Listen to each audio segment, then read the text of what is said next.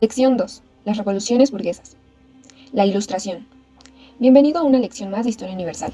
Como revisamos en nuestra lección introductoria, todo tiene un origen y los movimientos finales del siglo XVIII están basados en el surgimiento y difusión de las ideas de una generación de pensadores, que son llamados los Ilustrados.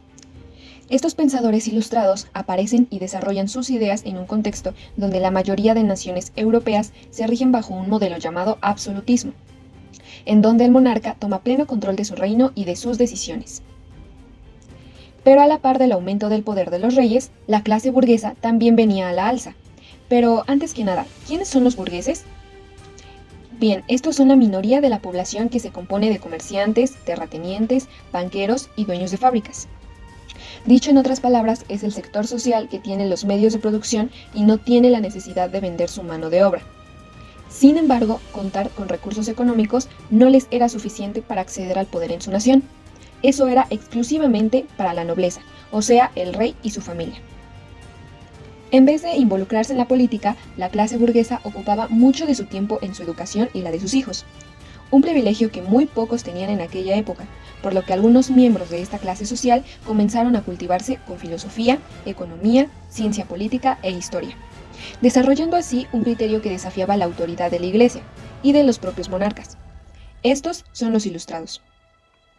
La Ilustración así la definimos como un fenómeno ideológico, filosófico e intelectual, que se caracterizó por anteponer al uso de la razón en la gobernanza y la sociedad para llevar a la humanidad al progreso. Sus ideales aplicaron a muchas disciplinas de estudio, proponiendo nuevas estructuras basadas en el racionalismo como aquel que le enseñaría la luz a la sociedad. Por esa razón también llamamos el siglo de las luces, a este siglo XVIII, que fue en donde más proliferaron estas ideas. Ahora, ¿qué tal si conocemos a algunos de los ilustrados más significativos? Comencemos con Voltaire, quien es el pionero en el cuestionamiento de las brechas de desigualdad política. Él escribió a favor de la búsqueda de igualdad de derechos políticos y de tolerancia ideológica y religiosa. También tenemos a Jean-Jacques Rousseau, pensador que destacó por sus análisis en materia filosófica, al argumentar que el hombre nace siendo bueno por naturaleza y que vivir en sociedad, atado a sus leyes, sus reglas y valores, lo corrompía. Las propuestas para solucionar están plasmadas en su obra titulada El contrato social. Otro de ellos es Montesquieu. Él realizó un estudio del modelo de la monarquía parlamentaria de los ingleses y consideró que necesitaba un ajuste. En vez de dos poderes, que era el parlamento y el rey, él decía que deberían ser tres las partes en las que se debe dividir el poder. Un elemento que proponga las leyes, es decir, el ejecutivo, uno de representantes que las discuta, el legislativo, y uno que las aplique, que sería el judicial. Este modelo rige una gran cantidad de países en la actualidad. Ahora bien, en el campo de la intelectualidad tenemos a Diderot y D'Alembert. Son los padres del movimiento enciclopedista, una labor que requería compilar en una sola serie de tomos el conocimiento comprobable de todas las disciplinas, ya que antes esta tarea era información dispersa. Asimismo tenemos a Quesnay. Es otro pensador que se desarrolló en el ámbito económico, liderando una tendencia de ideólogos llamados fisiócratas. Un modelo de pensar que argumentaba que, así como el cuerpo humano, cada órgano cumple una función y es necesario el correcto funcionamiento de todos para que el cuerpo se encuentre bien y al 100%, lo mismo pasaba con las sociedades, por lo que cada sector social debía hacer su labor eficientemente. Y si de economía hablamos, otro de los que más eco tuvo fue Adam Smith. Con él parte toda una escuela de economistas que pondrá el liberalismo económico como ideología y también como modelo de gobierno. Esta ideología busca reducir al máximo la participación del Estado en la economía, considerando que la mano invisible del mercado era el encargado de regular los precios de los productos de forma justa. Estos no son todos los ilustrados, pero fueron los que más difusión tuvieron en sus ideas, ya que muchas de ellas, como ya viste, que rigen modelos económicos y políticos actualmente. Algunos monarcas consideraban muy buenas las ideas de los ilustrados y los invitaban a ser parte de su corte como consejeros, al considerar que podrían aportar estrategias para volver más productivos y eficientes a sus reinos. Este fenómeno, donde los monarcas aceptan las ideas de la Ilustración para aplicarlos en su gobierno, lo conocemos como despotismo ilustrado. y representó el primer acercamiento de burgueses a tener un poco de poder en sus naciones. Ahora veamos la Revolución Industrial. Podríamos cuestionar, ¿cómo es que a los burgueses les daba igual no participar en las decisiones de su país? Bueno, pues mientras no se metieran con su dinero, ellos podían continuar en sus asuntos. ¿Y cómo no les va a ir bien si también entraron en una dinámica de innovación tecnológica como nunca hubo antes en la historia? Pues bueno, la Revolución Industrial es una etapa a mediados del siglo XVIII donde gracias a la máquina de vapor, muchos procesos de producción en la industria se fueron a la alza, con nuevas invenciones basadas en la fuerza del carbón y del vapor del agua. Inglaterra fue el mayor exponente de este acelerado impulso industrial, pero también los Países Bajos y Francia tuvieron cierto grado de desarrollo. Al mejorar la producción industrial, hubo una mayor cantidad de productos y una disminución de los costos, lo que trajo como consecuencia una migración masiva a las ciudades por el aumento de la calidad de vida y del poder adquisitivo. Esta enorme cantidad de personas nutrió al gremio de los obreros, convirtiéndose en la clase proletaria. Evidentemente, la burguesía, dueña de estas industrias, también obtuvo enormes ganancias por esa dinámica económica, tan redituable. Pero no olvidemos que su acceso a las decisiones sigue siendo casi nulo. Adentrémonos en las revoluciones burguesas. Muy bien, ¿ahora comprendes por qué son revoluciones burguesas? Estos movimientos son financiados y empujados por la burguesía, en búsqueda de tomar el poder en sus naciones. Sin embargo, involucró también a sectores campesinos y obreros que de igual forma estaban inconformes con la administración de los monarcas. Situación que sucede en la independencia de las 13 colonias de Norteamérica, también en la Revolución Francesa y en las independencias de los virreinatos españoles.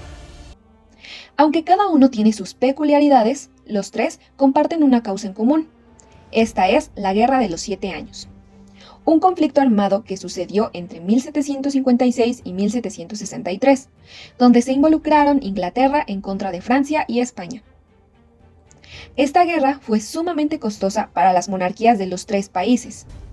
Los ingleses, aún siendo los ganadores, tuvieron pérdidas económicas muy importantes. Ahora, peor aún, les fue a Francia y España.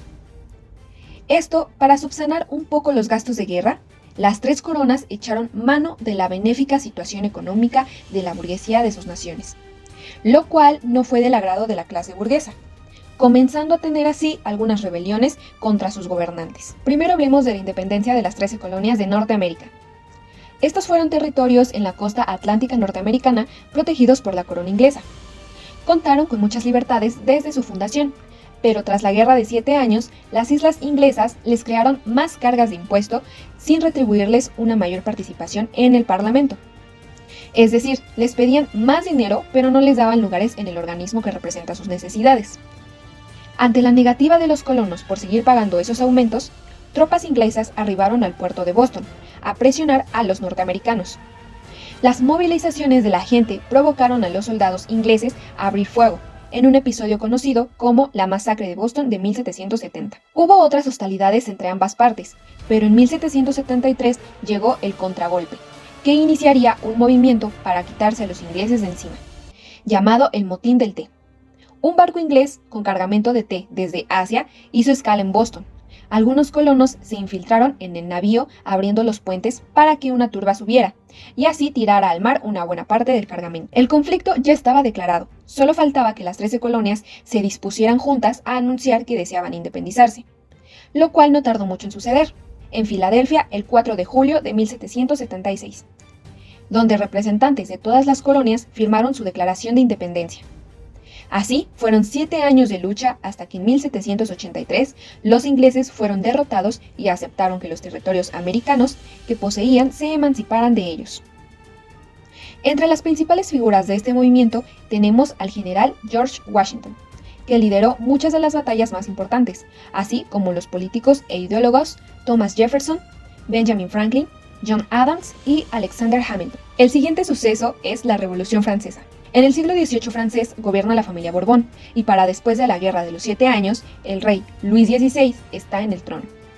Su mal manejo de la política y las finanzas tiene en crisis alimentaria a Francia, lo que provocó que no solo se enemistara con los burgueses inconformes por la alza de los impuestos, sino el grueso de la población lo desaprobara también. Queriendo encontrar la solución al malestar social, convocó a inicios de 1789 una reunión general de estados, conformado de esta manera por el primer estado, compuesto por el rey y la nobleza, el segundo estado, conformado por la iglesia y sus altos miembros, y el tercer estado, que conglomeraba al resto de la población, es decir, la burguesía, el campesinado, militares, obreros y artesanos. Sin embargo, las resoluciones de esta reunión lejanamente resolvían las peticiones de la población, y hartos de la inacción, la burguesía impulsó movimientos armados iniciados el 14 de julio de 1789, cuando una turba popular apoyada por el ejército, inconforme también, tomó la cárcel de Bastilla, dando inicio a la Revolución Francesa. El rey Luis XVI y su esposa María Antonieta son capturados y depuestos del trono,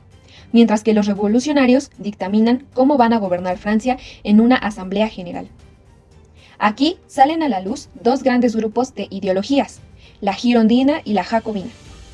Los girondinos representaban la revolución moderada y consideraban que antes de transitar a una república como forma de gobierno, había que pasar primero por una monarquía constitucional, donde el rey estuviera limitado por la ley y se evitara derramar sangre en la lucha. Por otro lado, los jacobinos, liderados por Maximilien Robespierre, tenían ideas más radicales, puesto que propusieron establecer un modelo republicano por los medios que fueran, y no quedara rastro del pasado monárquico.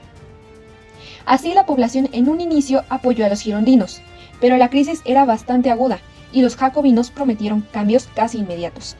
De modo que la facción jacobina asumió el poder en Francia, sin tomar en cuenta la radicalidad de esta ideología, ya que había mucha persecución a personajes que consideraran podían traicionar la causa revolucionaria, llamado a esta etapa la época del terror. La facción jacobina muchas veces ni investigaba las acusaciones y se remitía a solo encarcelar a acusados de traición, y después, para difundir miedo, los ejecutaba públicamente en la guillotina. Luis XVI y María Antonieta, en un intento de escapar, fueron atrapados y enviados a ser guillotinados. Lo mismo sucedió con el propio Robespierre. Decapitar al propio líder del partido era síntoma de que no había un control en el gobierno francés. Tras esto, en 1779, y tras 10 años de apoyar la revolución sin muchos resultados favorables, el ejército decidió tomar el control de la nación y estableció un modo de gobierno llamado el consulado, que consistía en 3 militares de alto rango discutiendo y tomando las decisiones de Francia, quienes recibieron el nombre de cónsules. Este consulado solo duró unos cuantos años, ya que uno de los cónsules comenzó a recibir mucha popularidad y aceptación no solo por la población, sino que la iglesia y el resto del ejército y la misma burguesía lo consideraban un líder y genio de la política y la guerra. Este militar de nombre Napoleón Bonaparte logró coronarse emperador de Francia sin muchos contratiempos en 1804, prometiendo conquistar a Europa en nombre de los franceses y devolverles la grandeza que había perdido en la guerra contra Inglaterra. En pocos años, Napoleón logró apoderarse o influir en los gobiernos de la península itálica, de España, los reinos germánicos de Europa Central, Países Bajos, Prusia y Austria. Así, su siguiente objetivo era llegar a Rusia, pero las condiciones de relieve y clima golpearon fuertemente sus tropas. Tras retroceder de vuelta a Francia, contó con derrotas que lo debilitaron aún más, al punto de ser vencido finalmente en la batalla de Waterloo en 1814, en donde lo capturaron y exiliaron en la isla de Santa Elena, para evitar que escapara. Así, tras la derrota de Napoleón, los gobiernos que quitó a su paso volvieron al poder, exceptuando Francia, que transitó hacia una monarquía constitucional. Y por último tenemos la independencia de Hispanoamérica. Entendemos por Hispanoamérica las colonias americanas que eran posesión de España, es decir, lo que actualmente es México, llamado Nueva España en ese entonces. No era la única colonia española en América, también estaba la Nueva Granada, el Virreinato de Perú y el Río de la Plata. Para entender estas independencias es fundamental siempre tomar en cuenta lo que sucede en España. La metrópoli, desde el año 1700, la familia que heredaba el poder en la península, la Casa de los Habsburgo, se quedó sin sucesor, y el poder lo tomaron los Borbones. Esta familia comenzó a hacer estudios inmediatos de las características de las colonias, que eran sus nuevos dominios, y desde los primeros exploradores tomaron la decisión de que era necesario reestructurar la forma en la que se relacionaban con los virreinatos. Estos cambios los conocemos como reformas borbónicas, y fueron aplicados en todas las colonias americanas de España. Los virreinatos tenían una solvencia importante que les permitió no resentir estas nuevas medidas. Sin embargo, tras la Guerra de los 7 años antes citada, las imposiciones eran cada vez más fuertes con el pasar de los años, lo que les colmó la paciencia a inicios del siglo XIX, cuando inician a hallarse juntas y conspiraciones en toda la América española, para sacarse de encima a las autoridades. Cuando en 1808 Napoleón invade a España, los criollos americanos deciden que es la oportunidad perfecta para una alternativa de gobierno, puesto que el emperador francés tomó presos al rey Carlos IV y a su hijo Fernando VII, y los hizo renunciar a la corona ante él para dejar al mando a su hermano José Bonaparte. Ante la ausencia del poder real, las autoridades españolas crearon un cuerpo alterno con diputados representantes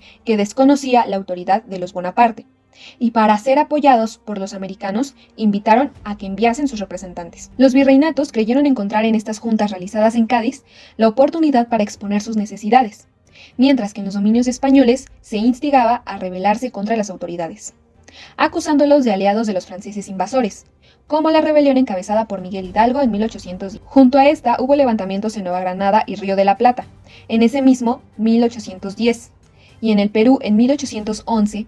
Sin embargo, sus diputados no fueron escuchados en las juntas de Cádiz, y se reflejó en la Constitución de Cádiz de 1812.